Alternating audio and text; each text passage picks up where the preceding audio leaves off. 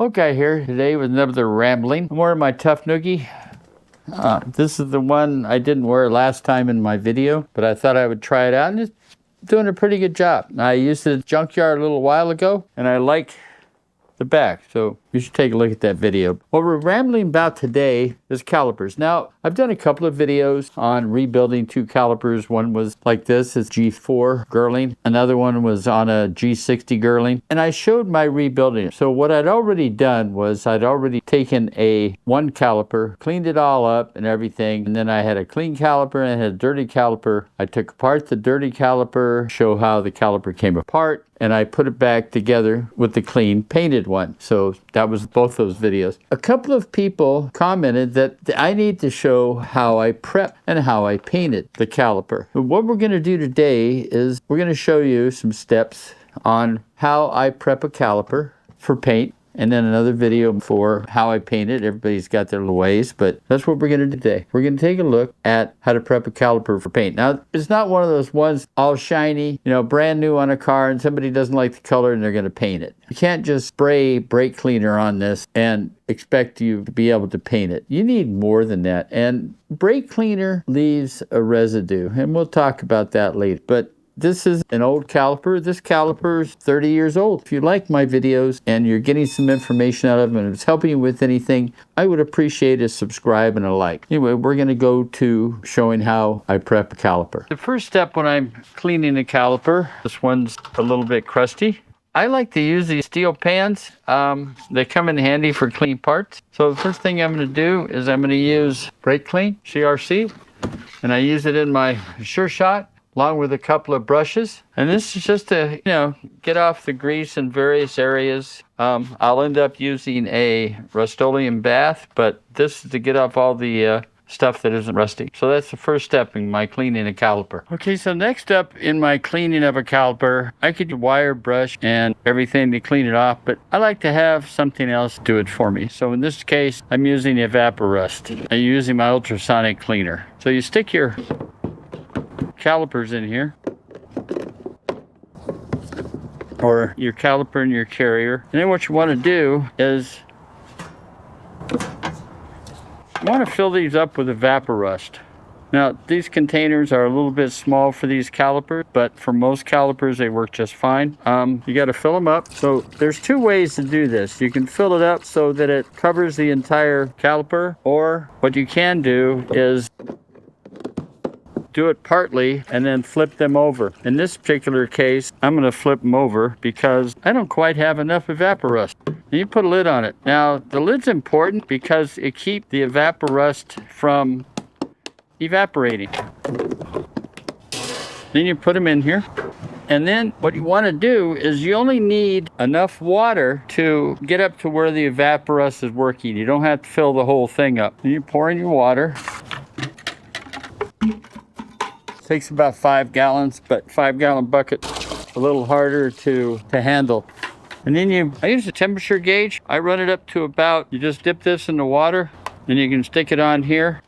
Well, hopefully you can stick it on there. And I run it up to about 160 degrees. I find that works pretty good. I don't need much more than that. All I'm doing after that, I'm wasting electricity.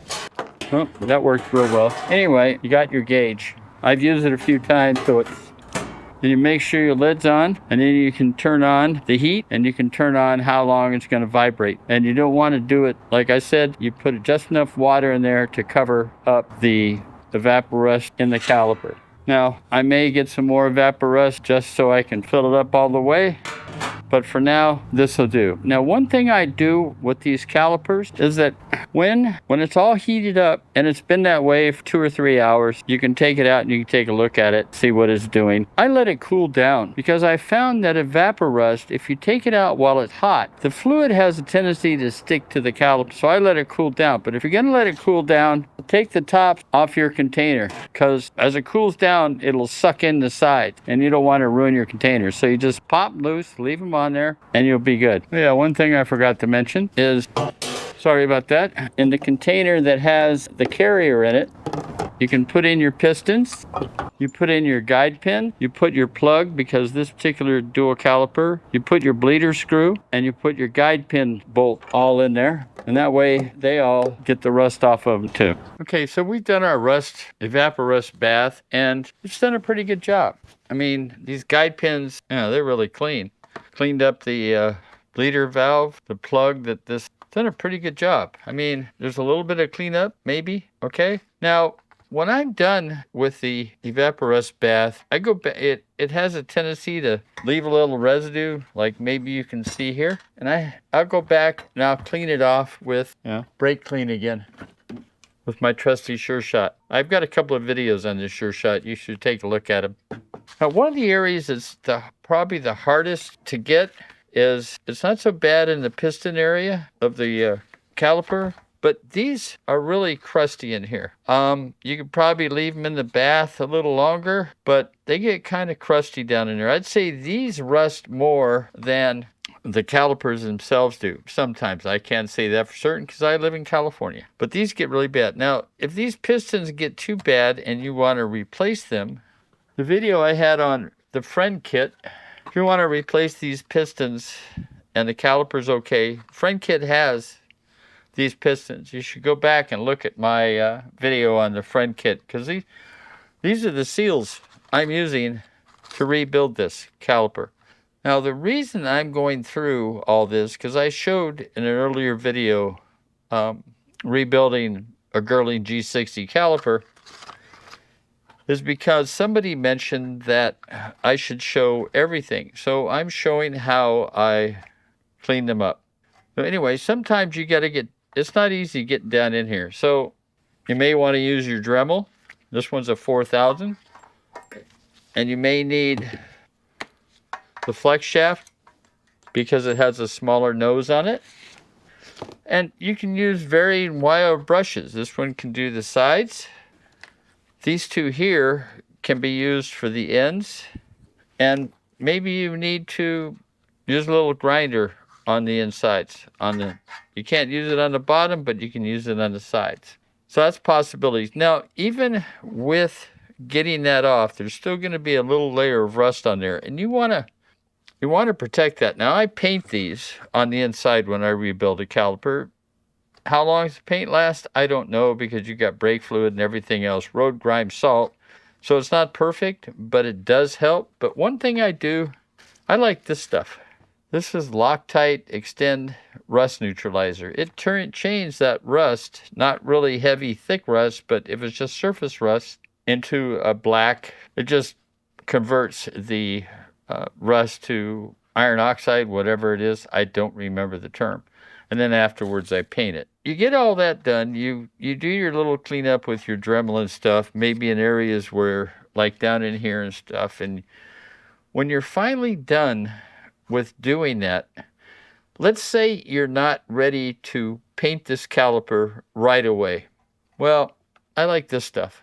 I have a video on this too, on using this rust block, and it shows how it works over a year that I had something set. This stuff will keep it for a while. And then when you finally go to paint it,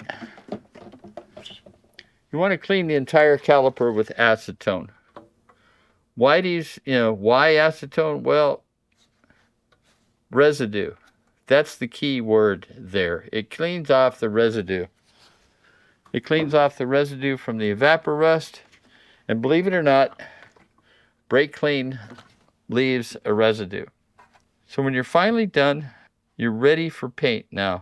And we're going to have a video on paint. Now, I don't, like on this video, I'm not showing you my painting. I'm not showing you how I clean stuff. I just show you with what I clean stuff. I mean, some wire brushes and stuff, but I don't think you want to really spend that much time looking at my video while I clean every nook and cranny of this caliper. So I'm just giving you an idea of what I use to clean the calipers. So the last step, like I said, acetone, just before you're getting ready to paint. This is how I do my calipers. You don't have to.